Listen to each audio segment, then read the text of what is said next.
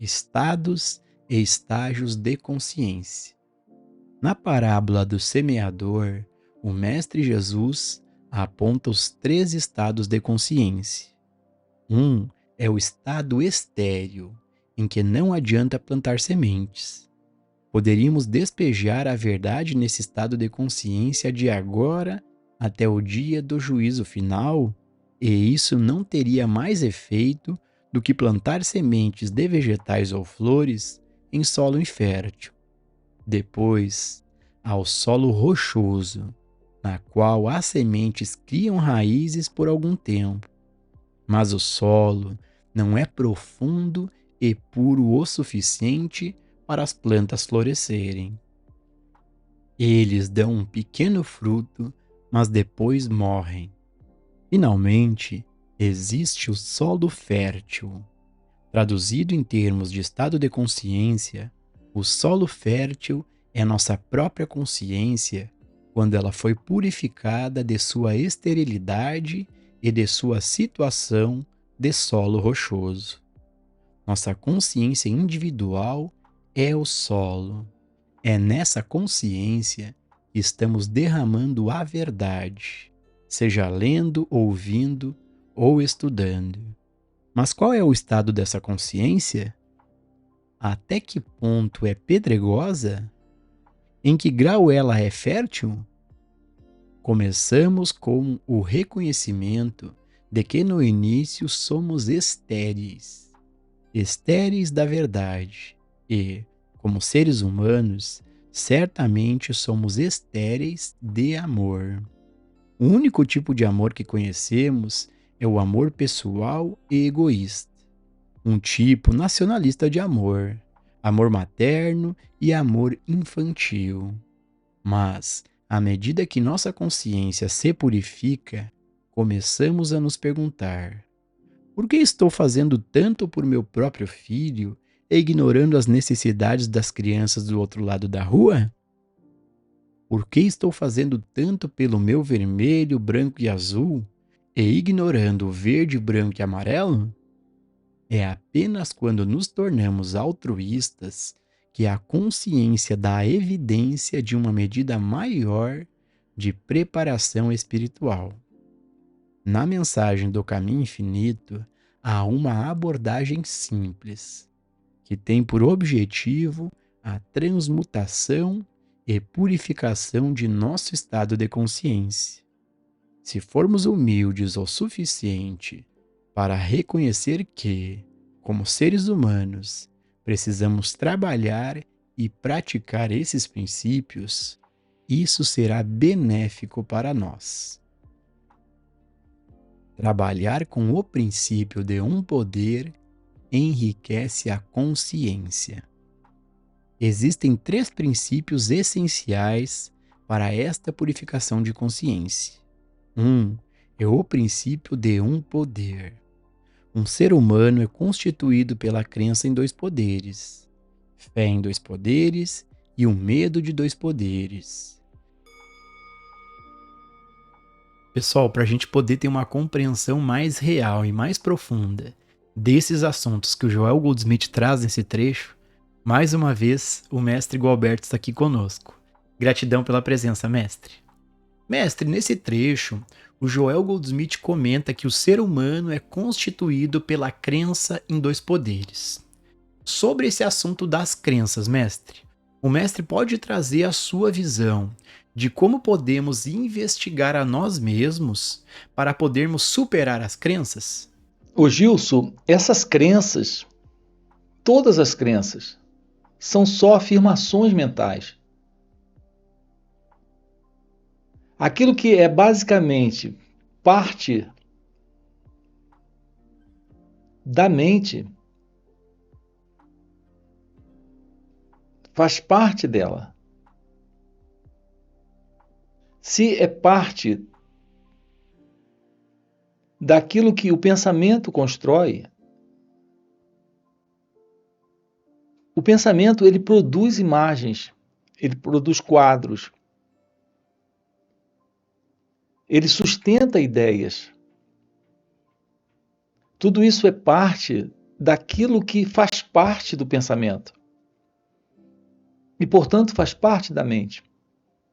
E se faz parte da mente, porque faz parte do pensamento, é algo ligado àquilo que o próprio pensamento reconhece. Reconhece naturalmente como parte dele mesmo. Isso não pode ser a verdade. Isso não pode ser a realidade. Isso não pode ser a própria coisa. Repare como é interessante a gente compreender a verdade sobre as crenças. A grande verdade sobre as crenças é que a crença não lida com o que é. Lida com uma imagem, com uma representação, com um símbolo. É com isso que a mente lida. A mente não alcança o que é. Por exemplo, a vida está agora aqui acontecendo. Do jeito como ela é. A avaliação que você tem sobre a vida é a avaliação que a mente faz sobre a vida. Essa avaliação não lida com a verdade, lida com a imaginação. Assim são as crenças. As crenças são coisas que você aprende. E você aprende no cultivo de uma imagem, de uma informação que o pensamento sustenta. Aquilo que o pensamento sustenta como uma imagem é uma imaginação. Não é a verdade daquilo que é. Portanto, é interessante que nos aproximemos da libertação, inclusive e principalmente de todo modelo que o pensamento constrói. Você não pode estar num contato direto com algo pelo pensamento. Não há como, por exemplo, Gilson, você estar em comunhão com alguém a partir de um pensamento que você tem sobre ele ou ela. Porque esse pensamento é um elemento de construção ideológica. Então há uma diferença entre aquilo que é e aquilo que o pensamento diz que é. Observe como é simples isso. Se eu pergunto para você quem é você, você vai trazer uma descrição. Essa descrição é um conjunto de imagens e lembranças que você tem sobre situações pelas quais você passou e você está confundindo isso, que é a história, a memória, com você. O seu nome é uma memória, isso não é você. A sua história é uma memória. Isso não é você. Assim são nossas crenças. Acreditar é ter uma imagem. Se você acredita em Deus, você tem uma imagem. É uma imagem sua, particular. Assim como você não é a história que você tem para contar sobre você, nem o nome que você tem sobre você, Deus não é uma memória, um pensamento, uma imagem que você tem sobre ele. A gente não está lidando com o que é quando lida com o pensamento. E todas as crenças em nós estão dentro desse princípio, do princípio do que o pensamento constrói e sustenta como um conhecimento. Isso são as crenças. Se você nasce numa determinada cultura, você é ensinado ali a acreditar naquilo que eles acreditam. Quando nasce numa outra cultura, você é ensinado de uma outra forma. Então, cada cultura tem uma imagem, uma representação mental, um pensamento, uma determinada crença. Por exemplo, sobre Deus. Qual será a realidade de Deus quando não há crenças? Quando não entra mais esse modelo de crença cultural, de padrão de cultura, de pensamento, de tradição, de cultura humana. Qual é a realidade divina? Você não pode tomar ciência da realidade de Deus se sustenta uma crença sobre ele. Uma crença sobre ele é uma imagem, uma imaginação. Em geral, Gilson, a maioria das pessoas se contentam com a imaginação e não com a comunhão direta. Então, a diferença é simples. A comunhão é o contato direto, real, com o que é. A crença é a ideia do que aquilo representa, ou o que seria um contato com isso. Portanto, nós precisamos ir além das crenças.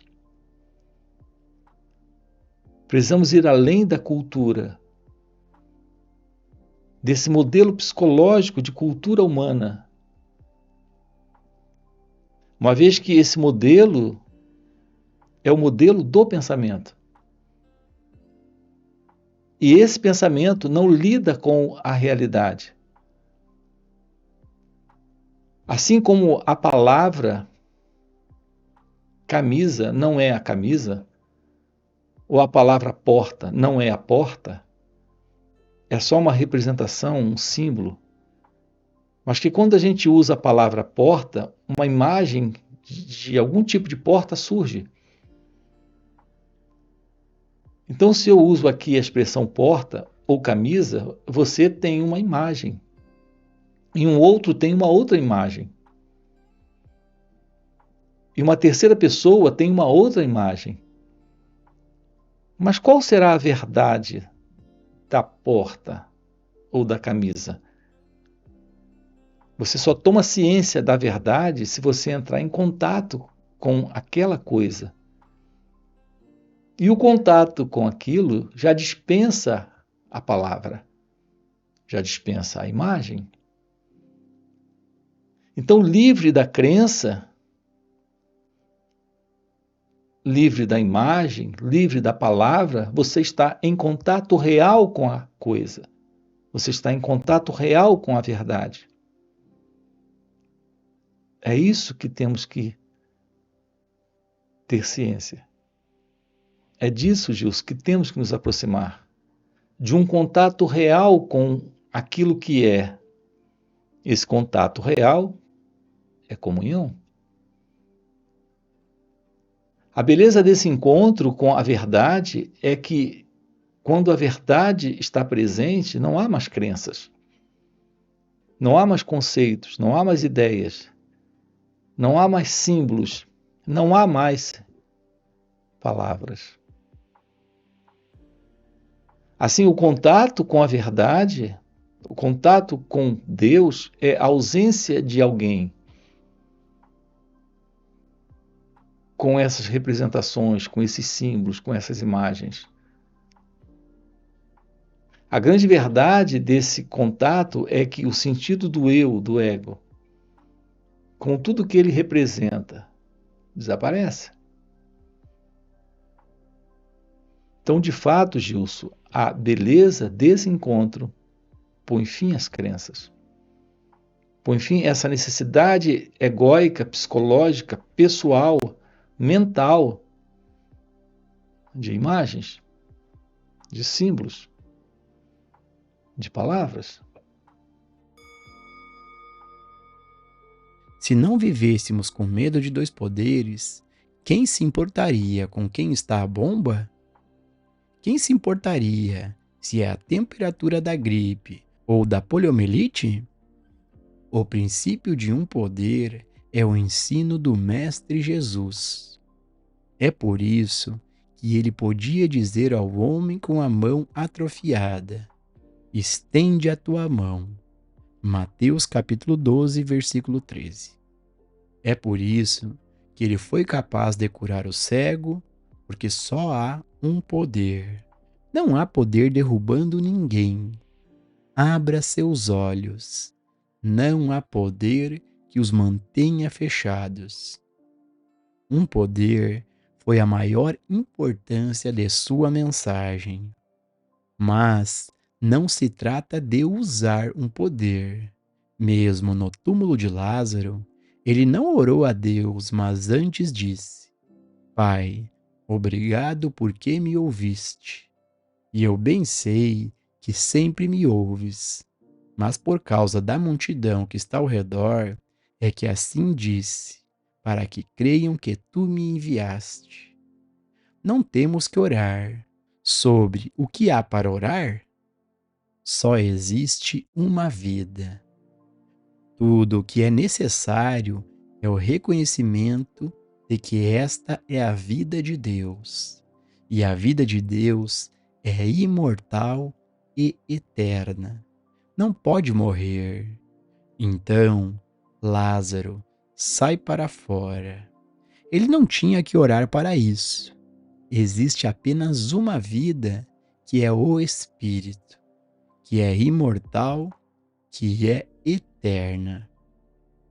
A habilidade de cura é o grau de nosso reconhecimento dessa verdade. Não temos que orar para curar os doentes mentais. Temos que saber a verdade de que existe apenas uma mente. Deus é a mente do homem. Não há nada para orar. Conhecereis a verdade, e a verdade vos libertará. Que verdade? A verdade de que Deus é o único poder, de que Deus é a única mente do homem.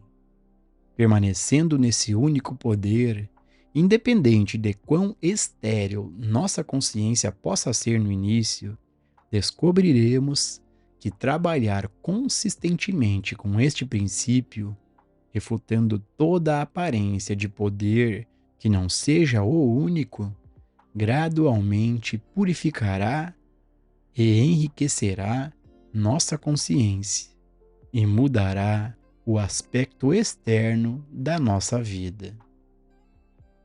A impessoalização do bem e do mal torna a consciência uma transparência para a unção do Espírito. Um segundo princípio é o princípio da despersonalização.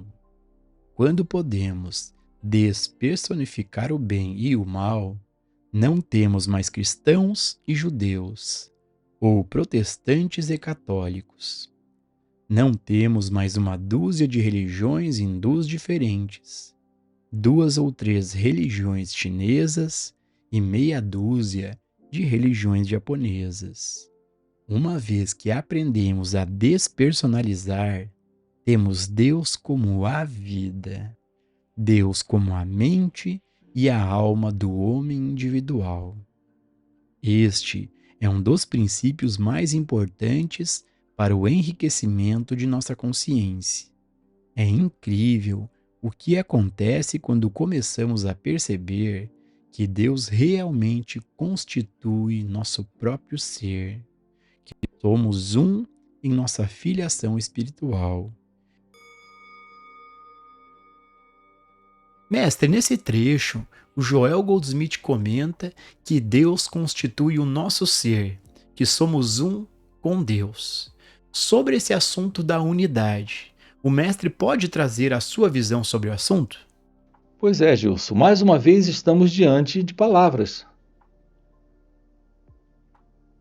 Essa ideia de ser um com Deus é uma afirmação verbal. Nossas ideias, elas são pensamentos que se organizaram. Veja, quando você organiza pensamentos, você tem uma ideia. Então, a organização de alguns pensamentos dá formação a uma ideia, mas essa ideia ainda é pensamento. Então, essa ideia de que somos um com Deus é um pensamento. É um conjunto de pensamentos que sustenta uma crença. Não precisamos da crença de que somos um com Deus. A grande verdade, Gilson, é que precisamos nos livrar desta crença. Porque enquanto esta crença estiver estabelecida como sendo a nossa verdade, essa verdade será a verdade do eu, do ego. De um elemento que se vê separado e à parte, falando de uma unidade que desconhece. Falando de uma não separação que desconhece. Assim são as crenças.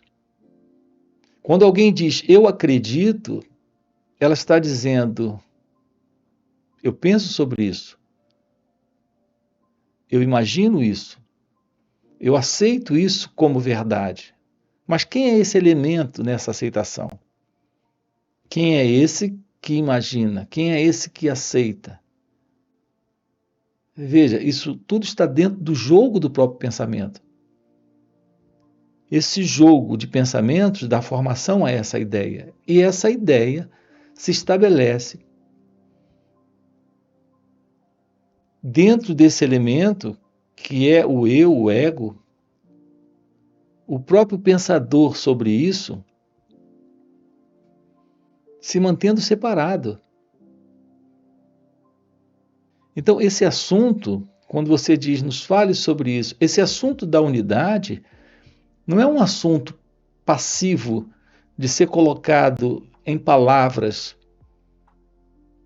que se transformam em pensamentos, que se organizam em forma de ideias. É só o que temos com as palavras, quando se organizam, elas se transformam em ideias. Porque a base da palavra é o pensamento. Então, lidar com a verdade da não separação, e eu prefiro chamar de não separação do que unidade. A realidade da não separação é que só existe uma realidade presente. Essa realidade, nós temos colocado muito isso nesses encontros, que são encontros online e encontros presenciais. Também nos vídeos. É aquilo que os sábios chamam de não dualidade, ou Advaita. A não separação é a verdade de que a única realidade presente não é a pessoa, é a realidade divina. Essa realidade divina é a realidade de Deus. Agora, isso é algo real quando o pensamento não está mais presente. Então, não precisamos das palavras, não precisamos dos pensamentos. Não precisamos de organizar esses pensamentos e transformar isso em uma ideia, em uma crença. Nós podemos constatar isso, Gilson, pelo autoconhecimento. Um contato direto com a verdade sobre você lhe aproxima da meditação. E a meditação revela a verdade da não dualidade, a verdade da Advaita. Evidente que isso requer um trabalho sobre nós mesmos. Ou podemos ficar por mais de 200 anos fazendo afirmações de palavras e nos abarrotando de palavras e amontoando palavras sobre palavras, lendo livros. Então ficamos debaixo de uma montanha de palavras. Quando abrimos a boca, começamos a expressar palavras. E palavras são pensamentos, não representam a verdade. A verdade está além da fala, além da palavra, além do pensamento. Por isso que o nosso convite aqui é para uma constatação real, é para uma constatação direta daquilo que nós somos, que é a realidade da não dualidade, que é a verdade de que só há Deus.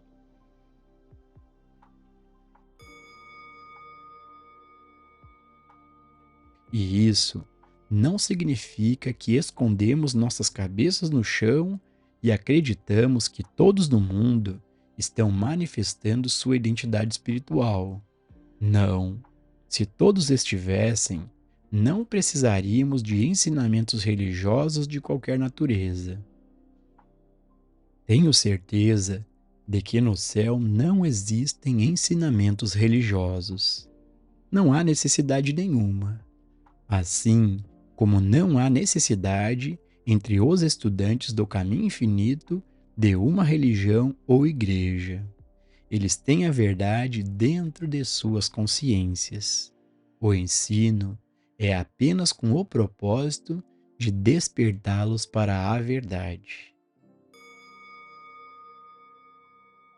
E para você que está assistindo o vídeo até o final e tem o desejo sincero em compreender para viver essas verdades, fica o convite para participar dos encontros que o Mestre Gualberto proporciona.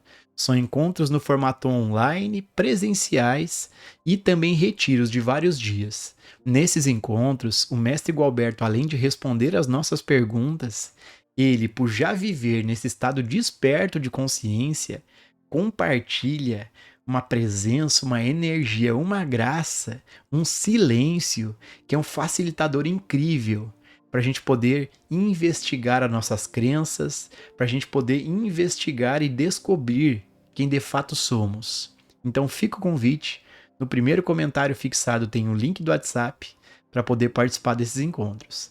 Além disso, já dá um like no vídeo, já faz um comentário. Se não for inscrito no canal, já se inscreve e a gente se vê no próximo vídeo.